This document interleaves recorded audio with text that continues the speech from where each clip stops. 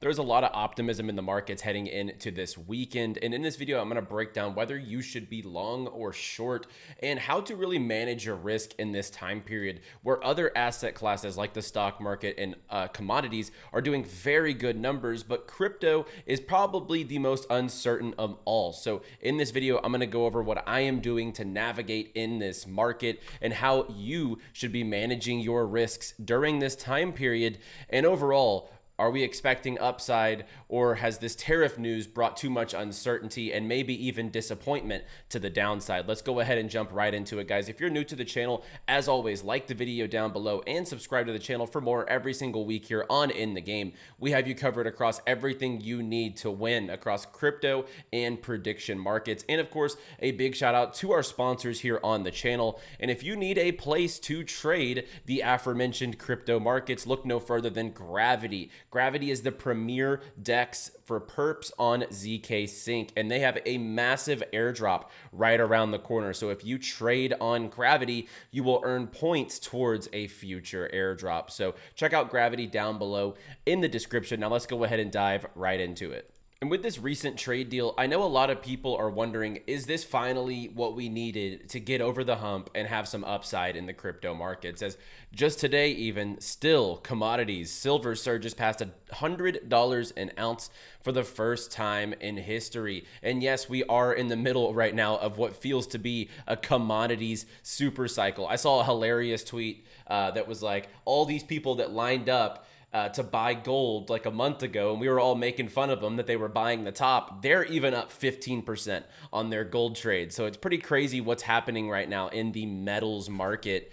But this has really not been good for crypto. But what Kyle points out here is, Trump pulls back the proposed 10% EU tariffs after a Greenland deal framework. This is not even official yet. And commodities and stocks have reacted very well. U.S. equities add $700 billion in a single session. Gold and silver unwind as risk appetite returns. Bitcoin reclaims 90K with the broader bounce. Same playbook, different week. And the headlines have been moving markets faster than the fundamentals. And as 𝗘𝗏𝗏 says here, we're in the middle of this commodity super cycle, and the average person still doesn't think that Bitcoin's going to break its all-time high this year. I firmly do. And I think that the outlook for the rest of the year should be A, stack as much cheap Bitcoin as humanly possible, but also align yourself on quality alts with low downside and great fundamentals. I think that that's very, very important. And of course, what we're seeing here on 𝗘𝗏𝗅, by the way, if you're not trading on 𝗘𝗏𝗅 for prediction markets, we have a link. You'll get $10 free down below in the description.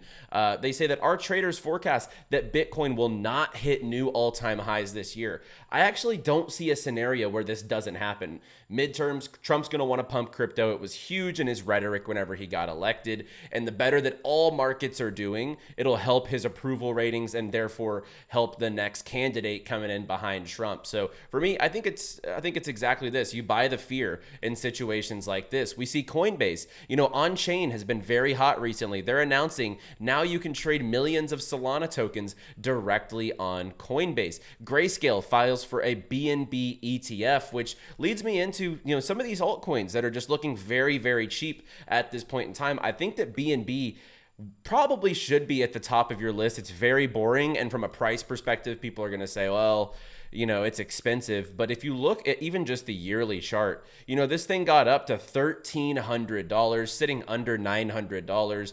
And not just this ETF, we also see Binance is looking to reintroduce stock trading. They have their, perps DEX products with Aster. And the second that 𝗧𝗟𝗍 wants to turn on the marketing machine, I would see BNB doing very, very well. So a boring one, but it's one to take a look at with all these recent developments. 𝗧𝗟𝗍 was recently at the World Economic Forum, and I definitely think that, the BNB team is cooking up something behind the scenes in the Binance ecosystem. But all in all, what I had tweeted yesterday or 2 days ago, I still kind of hold true.